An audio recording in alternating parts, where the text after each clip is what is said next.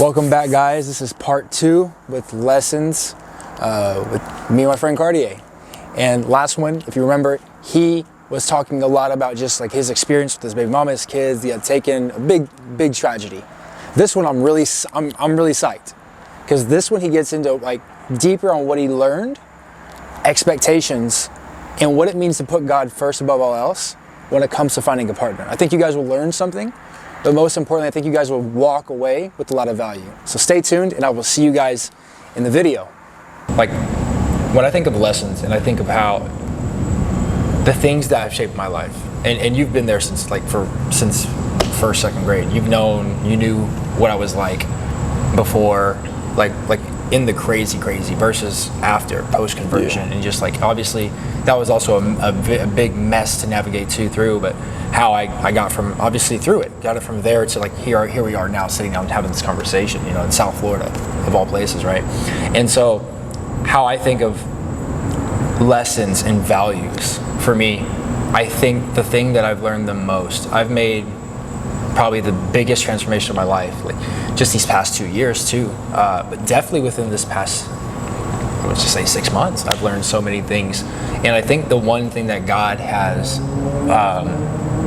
been communicating to me is really just trust and belief. Like let me say faith instead. Trusting God and believing in God that He will actually do what He says He's going to do, and also knowing that He has a part and so do you, right? And so I think of me, when I had first moved here, I do believe that God called me. I heard His voice, and it was a very extremely messy. It was, I get very confused on what's the hardest time of my life. We look at the surface instead of the actual thing itself. I think a lot of times we look at, we'll take a picture and we'll just look at it and not pay attention to the details that it took to actually create that, the time. How long do you think it took to build a wonderful, like the greatest craftsman of all time when it comes to art? I think that we fail to see the details and the time that it takes to create something beautiful. And I think this goes in with trust. Like oftentimes it's hard for us to trust because we can't see something greater past this. We can't see past the surface. And I think for me, like that's so big because I've been through so many different hard times. And so when I look at faith and I look at trust, I think it helps give me a perspective that God is, number one, my Father, and then number two, He's my protector. I go through hard times, and my Father's with me throughout those hard times. And then I can trust that He's with me, and that He loves me. He's there for me. He's going to actually provide, as He has, right? So you go through some of the hardest times of your life, but you're still there. You're still there, and so is He. Like, how does that turn into our relationships? Like for you? So as a man and a God and everything, because that's kind of like how I want to transition it, right? Yeah. And so I'm just kind of curious on like how. So as a man and God, I'm called to be a leader for my family. So when it comes to relationships, I have to be able to put myself first, like we said, or I put myself last, put my wife first, put my family first, and put myself last, right? Don't forget about myself, don't let myself suffer, but put my family first. And make decisions based not just on me and my own wants and needs, but the needs of my family. Make sure they're taken care of, because that's what I'm called to. And so basically how it goes is, how the family structure goes is, I look up to God, right, for leadership, and my family looks up to me. Everything I need to do as a man comes from God. Yes. And it's like a pyramid, right? You got God at top, me in the middle, and my family right here, looking up to me, going up. And so it's kind of like the family mirrors. My family look up to me, mirrors me looking up to God. So personal values of being a family man and trying to put my family first and do everything that's gonna, give them the best things they need, things like that. Kind of ties into the relationships. Well, what's something that you would say that you learned about relationships, though? Seems like seeing potential in somebody without them showing me any sign of that being a possibility. I'll see a woman and I'll have an idea of how she can be. How I think she can do this. She can do this for me without her even showing me any sign of just being because able to do that. Just because I can't. Yeah. Just because of what you would want. 'cause I entertain that idea, and then so when they disappoint you because they don't, we disappoint God, right? We don't do everything we're supposed to be doing, and so when they don't do it for me, I feel some type of way. But in reality, it's not even their fault because I projected all this on them without them, even showing me any lick of having that ability to do that, or be that this type of person or this kind of woman for me or whatever like that, things like that. So I found I tend to like just entertain things that are not real and hope that I can train the person to be this way when it's not my job to do that. Like change them. Or Yeah, like it's just like it's not the woman's job to make a man. A woman can't teach a man to be a man and be a leader. A woman can't tell me how to lead her. Right, I gotta figure it out myself. Right, and how I do that, I read the Bible, I talk to God, and He gives me the insight. Wisdom. Yeah. So likewise, she's gonna learn how to be the woman she needs to be for a man, the same way, by look up to her father or the man in her life, right, and her parents, right, and then going to God as well. Like, I look at them and I don't know who they are, but I'm like they could do this. They could be this for me because I'm projecting that on them, and then when they don't, become that, it becomes a problem, and then I'm looking like, oh, instead of seeing like who they really, they wasted my time, and I really, I wasted my own time because they didn't, I didn't sign up for it, they didn't sign up for it. I try to make them something they kids can't be. So what do you think that, like, those being like takeaway points, what do you think was the one thing that God has taught you through that? I need to seek Him first before I seek a relationship with a woman, because if I seek Him first, I need to work on myself first, and I have a lot of issues still that I need to work on. So before I go, trying to get in line, brother. Yeah, before I go trying to trying to set standards for people that I need to work on myself because I'm not the best either.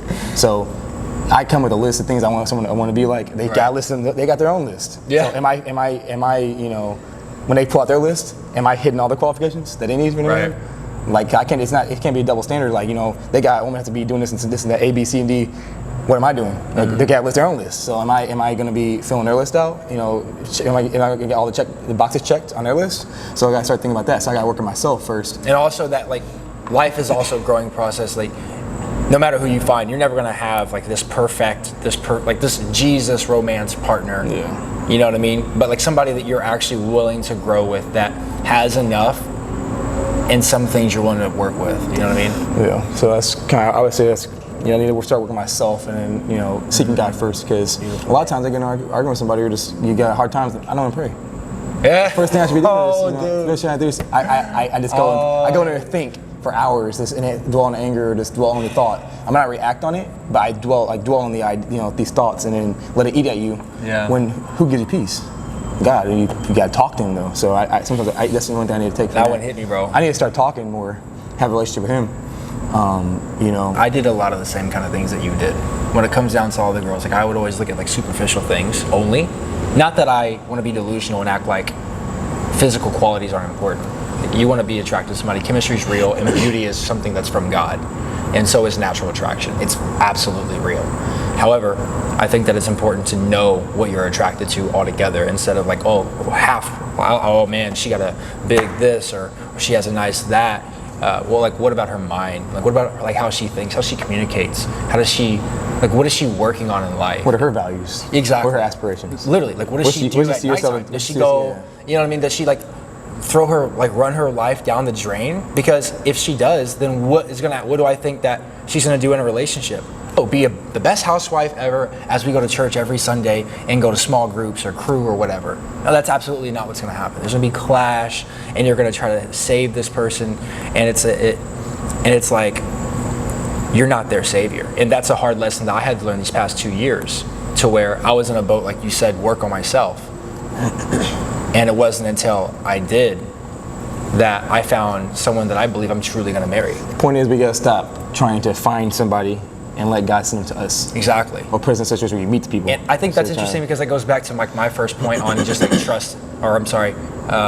faith. Well, actually, yeah, trust and faith. And like, you have to trust that God's going to do that. But that presupposes that you have faith. And it's like, if you don't have faith, then you certainly can't trust. Whereas you can just say like, well, I trust that God's going to do something, but do you really believe that? Or are you just saying that because it's like, the Bible believes, like it's the right thing to do? Yeah. You know what I mean? Like, I guess my last question is, so like that's just me, but I'm curious about like on this last point, like, what do you think about staying true to who you are?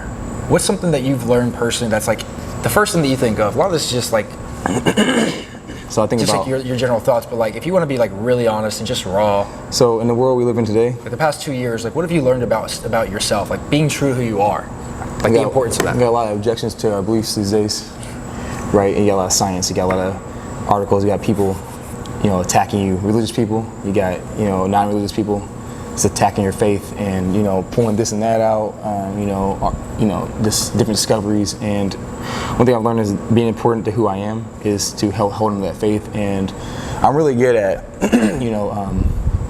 finding ways to stay faithful to my faith and belief in God, just by looking at creation, looking at things. I'm really good at. It's very obvious. I'm really big at biology, big into biology and things like that. I understand evolution very well, and I'm able to see things. I see evolution as a sign that God is real, in a sense. I don't think things just happen by chance. To me, there's too many coincidences for everything to just be chance. And if you look at look at how the Earth is. We're just perfect distance from the sun. It's not too hot, not too cold, right?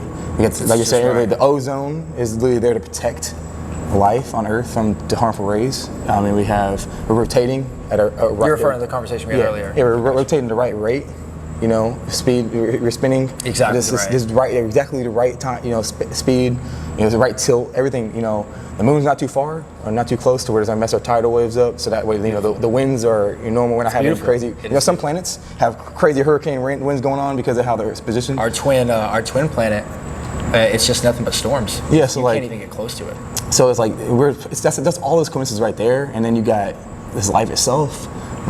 So how does that? Then you look at the cell, like inside the cells. I'm just curious. It's like, and I know that I think that's so crazy that you bring that up.